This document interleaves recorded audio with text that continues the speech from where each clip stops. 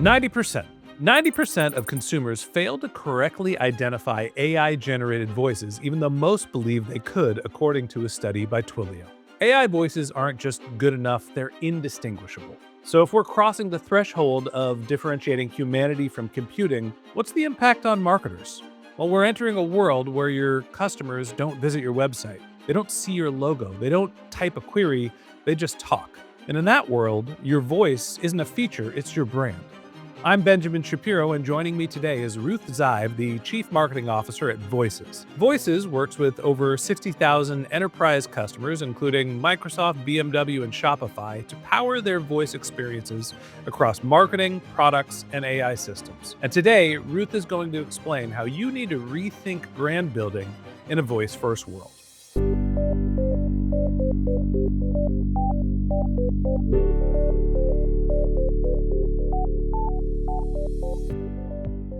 Ruth, welcome to the MarTech podcast. Thank you so much for having me. Excited to be here. Excited to have you here. Excited to talk about something that's near and dear to my heart. I named a company I Hear Everything, so I feel like talking to voices from I Hear Everything is a conversation we probably should have had a while ago. Absolutely. Absolutely. Ruth, you joined Voices at a critical moment. Why did you think that this opportunity was worth it to take on your fourth role as a CMO? Yeah, it's a great question. Maybe I'm a glutton for punishment, but there definitely was a pull there. I was excited about, Voices is a 2 decades old marketplace for voiceover actors and big enterprise brands looking for talent for their campaigns and advertising. But when I joined, they were in the throes of a pretty exciting transition from that marketplace use case to becoming an AI first voice platform. So that was a big draw for me. I have a background in conversational AI. The last two companies that I worked at were in that space, and so I felt like I had a good sense of where the market opportunity was ripest, and I saw what was doing and thought that they were really in an interesting space. And I have a strong belief based on my past experience that voice is really going to dominate AI interaction going forward. And I think if that's the case, people are going to start to reimagine how they're leveraging the power of voice in those instances. So those were really the three big drivers for me. I've heard the concept of we're going towards the voice first era. What does that mean to you, and how are we close to it? Yeah. Well, if you think about it, just logically, we connect with one another through our voices. And yet, connection today with brands, especially, and you could argue even with other people, happens through typing and texting. We are accustomed to texting our friends. We are accustomed to going online and typing into our computers. But as voice becomes a much more viable channel, that is way more organic for us as human beings. That's what we're accustomed to. I mean, even I think about my own teenage years, I spoke on the phone for hours and hours and hours to my friends. My kids never pick up a phone, they type and text.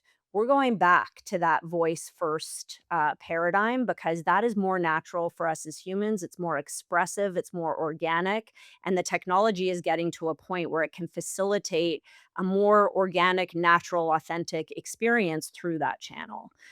So I think that's where we're headed. And I think it's going to be a very fast transition. I've been messing around like most people have with Claude Code. Mm. And I built this chief of staff that does all of our go to market. And now I don't have to do all of our CRM emails. And it's wonderful. But my problem is being tethered to Claude Code. I'm at my computer all of the time. And so one of the features I've been building is a voice mode There you so I go. can interact with my chief of staff. And I think the saying that kids are using is touch grass. I want to be able to go outside and not only have a conversation with my friends, but also to be able to execute my work on, using voice. And I think of that as like the big interaction change. Are there other ways that brands are using voice similar to mine, or other things that you think are unique?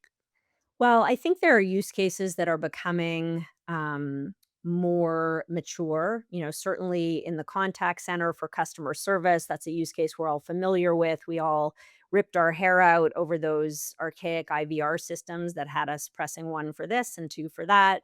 And now we're all delighted when we get a voice agent that sounds natural and authentic. So I feel like customer service, which is where I come from, that's really the tip of the spear. And they're leading the charge. In-car assistance of voices, we have a lot of customers, automotive customers, because by definition, you have to be hands-free in your car. They are sort of far ahead in this race and have introduced voice experiences that are aligned to their brand identity, that are, immersive in many ways, and I think they're really leaning in on that front. And then I think just day to day as consumers, we did some research at Voices that showed that overwhelmingly consumers expect to interact with brands using voice. It used to be that the only thing we did was ask Alexa the temperature outside, or to set a timer. But increasingly, as the models are becoming more sophisticated, we're leaning on those tools to do more. But most brands haven't yet met that expectation. So I think the number of use cases are going to materially increase in the coming years. What are CMOs underestimating about the shift from, let's call it, text-based to voice-based branding? I love that question because I do think in many ways this isn't just a technology shift, it's a brand shift. And I think brand leaders that are thinking about voice are thinking about it through a very different lens. Voice is becoming a part of your brand the same way that your logo, your typography, your color is a foundational part of your brand.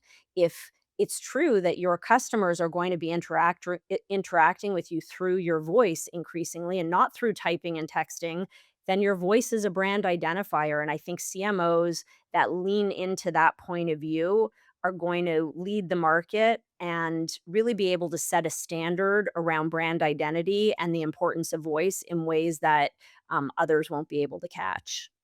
Talk to me about who's doing this well. Is there a brand that you think has a specific voice that people recognize? Ooh, that's a good question.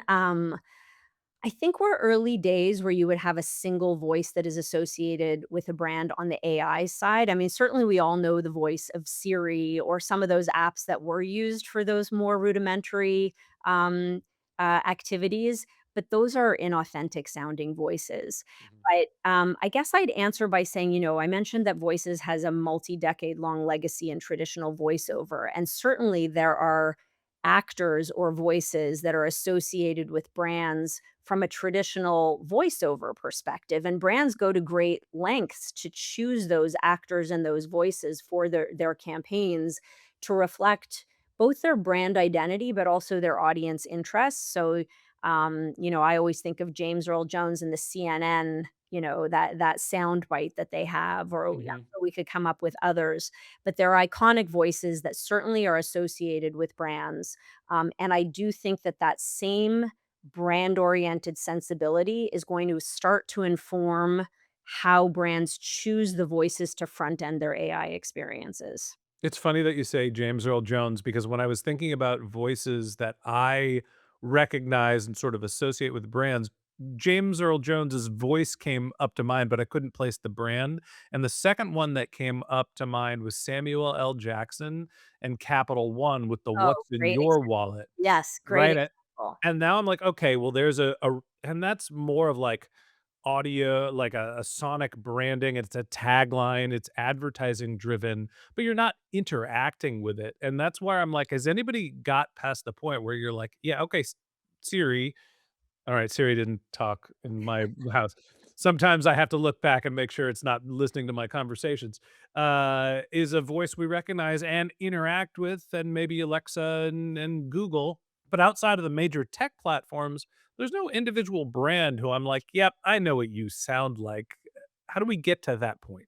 I think it's this shift around how you think about choosing that voice. So in the case of Siri or Alexa or Google, you know, those AI companies created a handful of synthetic voices and that's what they offered to their customers, and that's what they used in their apps, but they didn't give a lot of thought to the brand implications, and still those voices became familiar and iconic.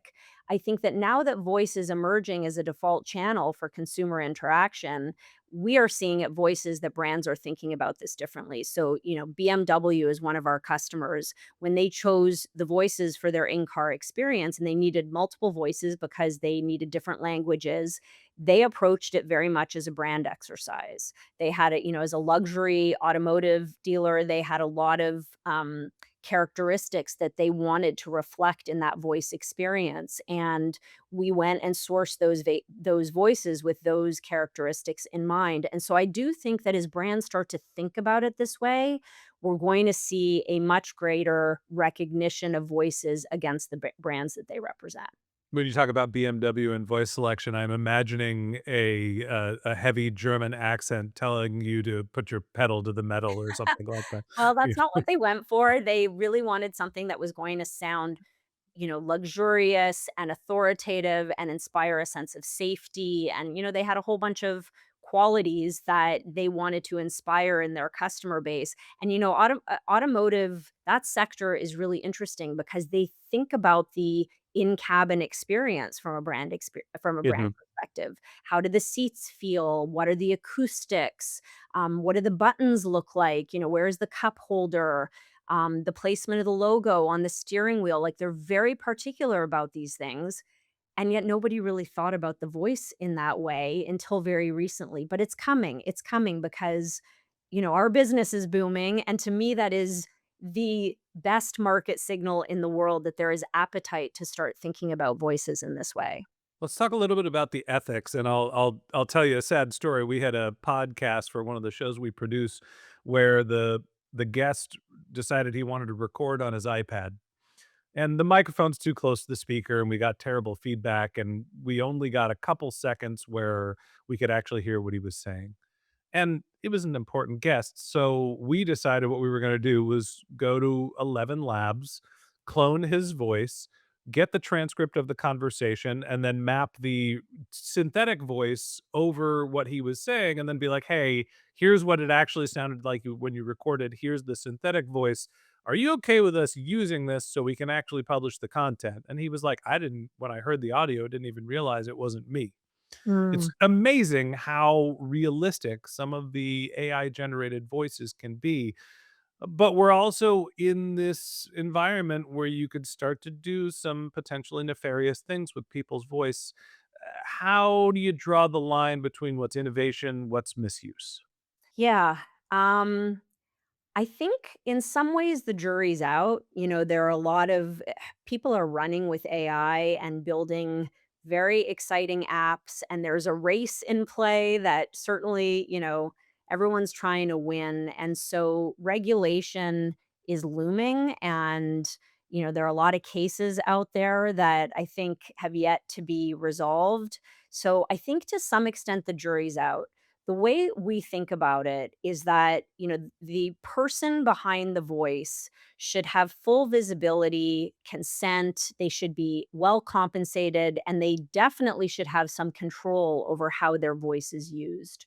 That's To sort of be to clarify, you mean the voice actor, not the voice the yeah. actor behind that voice. So whatever was used to create that voice, they should get to weigh in on how it's used, how they're paid, and then certainly they should agree to those terms. So we approach every project in that way. I think those are baseline standards for ethics. I also think it protects the brand. When you use an off the shelf synthetic voice, there's no guarantee that your competitor isn't going to use the same voice, or that voice will get retired because it's not revenue generating enough for the vendor. And so having that visibility, that consent, that agreement with the actor behind the voice protects not just the person, but the brand as well as they lean into voice as brand IP. Voices has stated that they take a human first AI approach to voice. Explain to me what that means and how do you position your ethics as a competitive advantage? So I think it comes down to trust. I've only ever worked for companies that are selling into large enterprise, and trust is a true differentiator in an enterprise buying cycle. I think that brand safety is something that everybody is looking out for, and to the extent that we're able to mitigate risks along those lines and give large brands those assurances, it definitely is a differentiator in the market. Um, and I think more and more brands are thinking about not just what does the AI do, but how is it made? What were the inputs? Where did they come from? Who agreed to provide that data? And those are all things that we prioritize and think about at Voices. It's very much top of mind in the large enterprise because I think the reputational risks when they don't do these things are can be significant. And we're seeing that with some of these lawsuits that are out there. Um, and more, we're having these large brands come to us and ask about that governance and about the licensing terms. They don't really want to be involved in those things. They want to know that they can check the box and that they're working with a vendor that has those things in mind. Yeah, it's I g the metaphor that comes to mind is how much do you wanna know about what's in the sausages you're eating, Right. right? And it's like, well, if it's really bad stuff, yeah, I wanna know. If it's sourced ethically, then it's a hot dog, it's fine. Right. Uh, talk me through talk me through a little bit about the branding side. You mentioned this with BMW, and there's some characteristics that they wanted to, replicate, they think are central to their brand. How should marketers think about, selecting the right brand for the right voice for their brand? Yeah. Well, I mentioned this history that we have in traditional voiceover, and this is how we've supported large brands for decades. When they're running these expensive advertising campaigns, they select their voices with great care. And so we have expertise as well as technology to help source the perfect voices for the use cases that they want to support. And we're applying that same expertise and that same technology for AI use cases. So we usually start with a brand calibration exercise where the customer tells us what's important to them, what languages are they looking for, what ages do they want these voices to reflect, what qualities, what styles, what emotional range. Are there specific characters that they want these voices to represent? Depending on the use case. Probably wouldn't have characters inside of a BMW car experience, but we get a lot Unless of they had a partnership with Disney or something. yeah, maybe. But you can imagine for like audiobooks or gaming use cases, they get very nuanced around what they want the voice to do, how it should sound. And that's not as simple as just prompting the LLM. You need data to train the voice to deliver those outputs. And ideally, you need data that comes from actors who are trained to say things a certain way and in a way that is authentic. And so the brand calibration exercise helps us to determine what variables we want to use for sourcing the talent who are going to quote unquote audition for this job. And that's really the kickoff. Then we bring them samples and they sort of go through those samples and test them. We might clone a couple of those. And at the end, it leads to a selection. And, we then work on all of the licensing and the government governance and the terms and the contracts with the actors so that the brands don't have to worry about that. And then we deliver all of the audio files that they need in a way that can be immediately ingested into their model. We've QA'd all of that, and that's how it works. There's a lot of players in the voice space, and I think more and more are coming up, pretty rapidly. I mentioned before 11 Labs, obviously, voices. Give me a sense of who are the players and, what are some of the differences between them in terms of their approaches? Yeah. I don't want to throw any one vendor under the bus, and I have great respect for 11 Labs. They're doing some amazing things. They're really, blazing the trail. Um, and what they're doing is really creating amalgamated voice. So, lots of inputs, and then the output is an amalgam of all of those inputs. We create one to one custom voices. So, like the example you gave, the human being sounds one way, the clone sounds exactly the same. So we are cloning individuals. And we think that that gives the brand a much greater sense of um, access, brandability, if you will, because it's their voice that they can then broadcast to the market. Having access to the actor behind the voice also allows you to evolve that. It also builds consistency because you can use, we had a call today with a client that wants to use the same voice in their advertising campaigns that they are also using. There's a different automotive vendor in their in-car experience. So building that brand consistency is also becoming important, and that is a lot more viable when there's a person behind the voice. So when you think about the market, if you're bought into this idea that you want a single voice to represent your brand, we there aren't a lot of folks doing it like we're doing it. There are a few other vendors. Often, brands will go to a casting agency if they haven't found us. They'll go the traditional route. Who finds voices? Casting agencies find voices. That's an option, but they don't have the tech background to then deliver the audio files that you need and the quality that you need, and to work with a breadth of cloning vendors to actually then clone those voices on your tech of choice. So, I would say the options are scarce in the market today. Of course, you can also choose what comes out of the box with the AI vendor that you're using. So, if you're using Amazon or Microsoft, you might get a dozen voices out of the box and you can choose one of those. But for all of the reasons that we've discussed, that's a very limiting option. We mentioned before, you mentioned before, customer service. We've all seen voice being used, cars. I think video games is another example. We didn't talk about media, and honestly, this is a little self-serving, but how much do I have to be nervous that people are gonna start making podcasts with realistic sounding voices and the human's gonna get extracted from this process? Yeah, I think that there is a likelihood that AI will be running podcasts, but it will be your AI, and you will have to very much be in the mix, training that AI, informing that AI, fine-tuning that AI, to deliver to the expectation of the customer. We aren't seeing that yet in media and advertising. More so what we're seeing is an appetite for clones to use for pre-production and scratch tracks to accelerate those review cycles, so that when the real person does come in to actually deliver, you've got everything else kind of locked in place. But there is for sure an emerging curiosity about how could we turn this market facing and not just for internal use cases.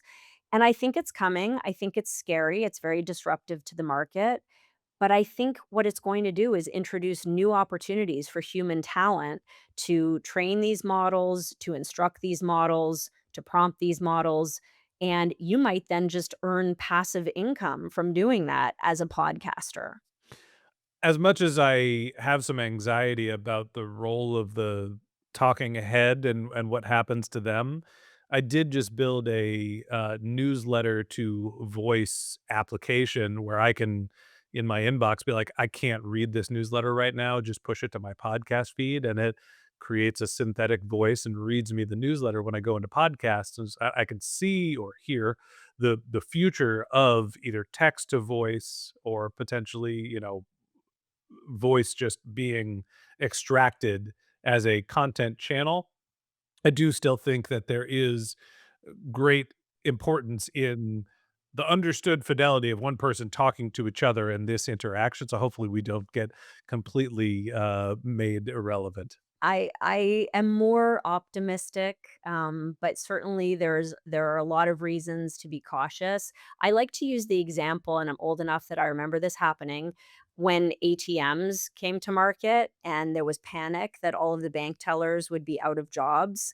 And in fact, what happened, if you look at that trend over a certain time horizon, is that more jobs for tellers came available. They were able to eliminate a lot of the sort of rote work that the automation was able to resolve, which saved money for the banks. So they opened new branches and tellers were then freed up to do more interesting work. So I think we don't know what's on the other side of this. And throughout history, we've seen technology introduce new jobs. And I don't think we know what those are yet necessarily, but I'm optimistic that they're going to start to emerge. I'm in the same camp as you. I have a couple of friends who have called me who don't work in technology, and they're like, "Am I gonna lose my job in 12 months?" That's what I keep reading. And my position has always been there is as much opportunity as there is risk. So be a adopter, not a laggard, and then you'll find a space in the world. But that's a little bit aside from us talking about voice. I want to ask you one last question, which is how does voices actually market voice in a voice first world? Tell me a little bit about your marketing practice and how you're using voice. I love that question because we're trying to really drink our own champagne, as they say. We're using AI voices for our campaigns. Increasingly, we're trying to leverage AI voice for videos. We're looking at how we can introduce a voice first experience on our website and inside of our product to help users navigate and to answer their questions more seamlessly. So, we're thinking about all of those things. And of course, trying to use voices from voices to front end all of those experiences as well. And I think that's logical for you to be on the cutting edge of using voice. And with that said, I want to go into our lightning round where I'm going to ask you MarTech related questions about your background and a little bit about the voice first era. Are you ready? Yep. We're gonna call this one "My Favorite Band." What's one marketing lesson from Lady Gaga that every CMO should steal? There are many, just so you know. I You're think a fan. I got that from our fan planning meeting. I'm a fan of her music and I'm a fan of her marketing. I'll say this, Lady Gaga once came out in a dress made entirely of raw meat. Do something unexpected that's gonna grab people's attention, even if it feels a little bit uncomfortable. Wearing a dress of raw meat seems very uncomfortable. It does. I think, unique, attention-grabbing marketing is good. Was there substance? I guess there's calories and protein in the meat, but, how is that type of sort of shocking experience useful, and how do you think about the brand positioning? I think you have a nanosecond to make an impression and grab somebody's attention.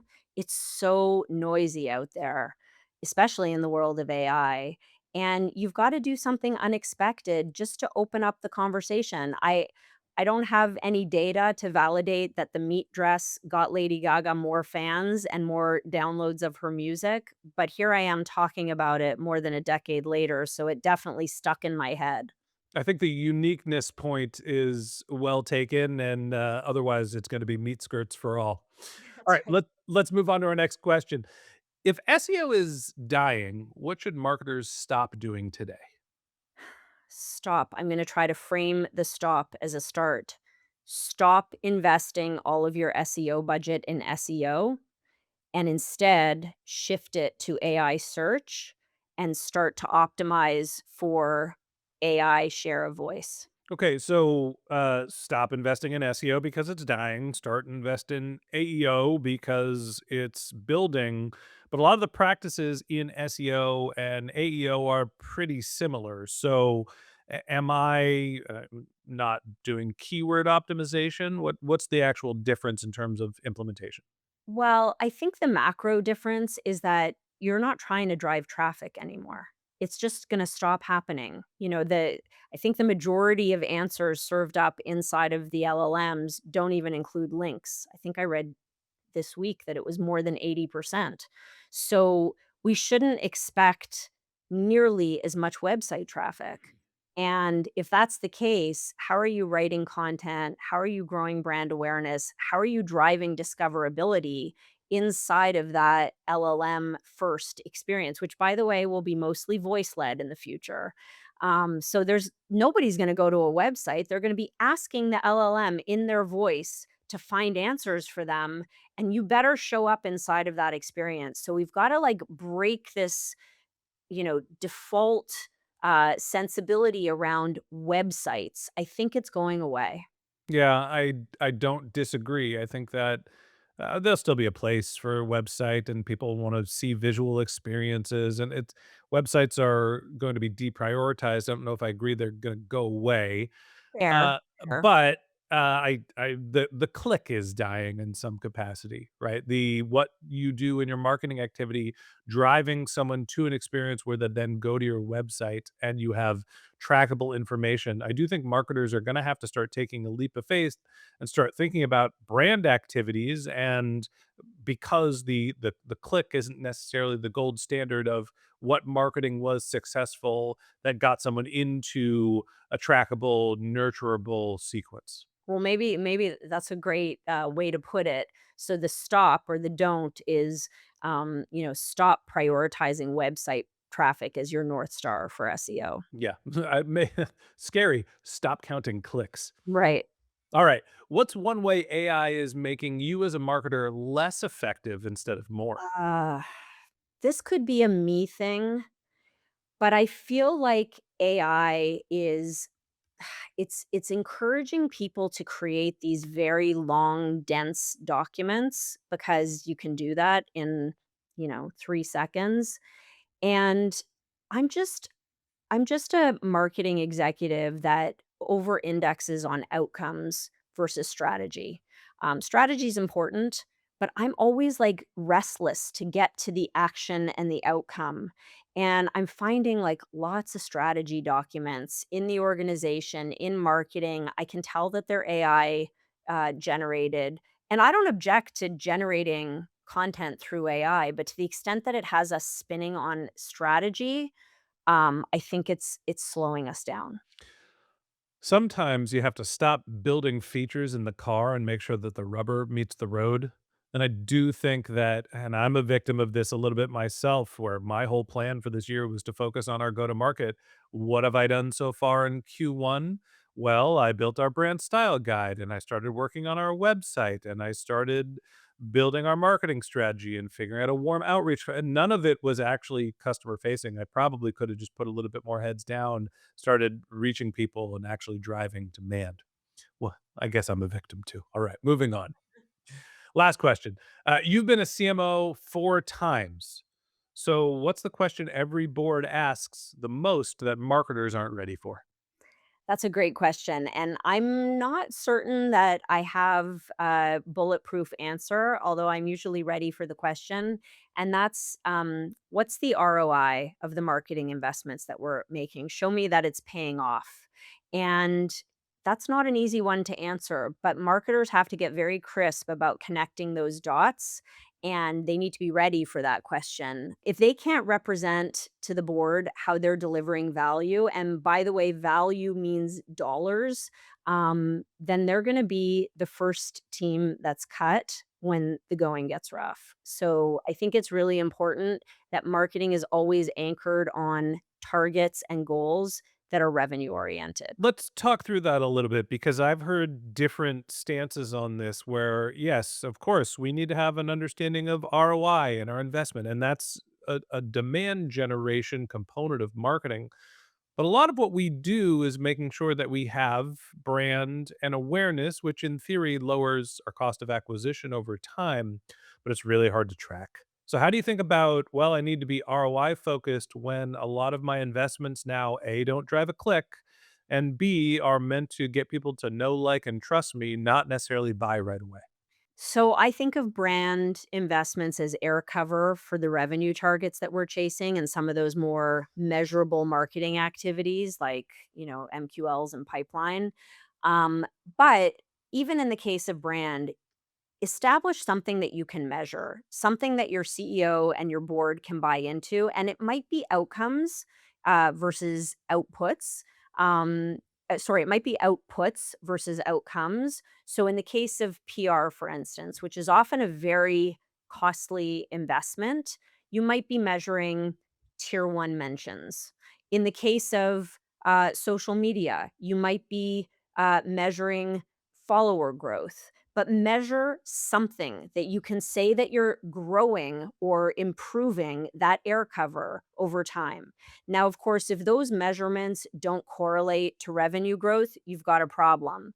But at least you're measuring something, and then you can make a determination if they're not paying off about how or where you want to cut back based on the data. So be as data oriented as you can. Don't try to boil the ocean. Pick the metrics that are impactful and clear. Get buy-in from your CEO, and then report regularly to the board along those lines. I couldn't agree more. You should have something to measure. I also think that not everything should be tied directly to revenue. There are some activities we do that are pre-revenue activities, and us as marketers, mostly on the B2B side, tend to try to push everything towards demand generation, and that's just not really how the best marketing works.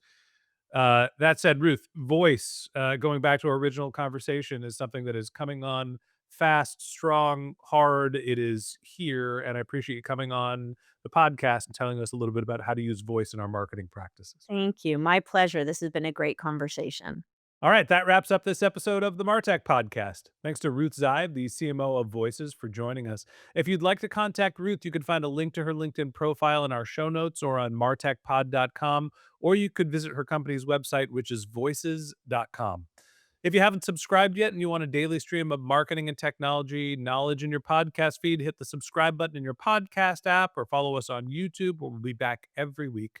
All right, that's it for today. But until next time, my advice is to just focus on keeping your customers happy.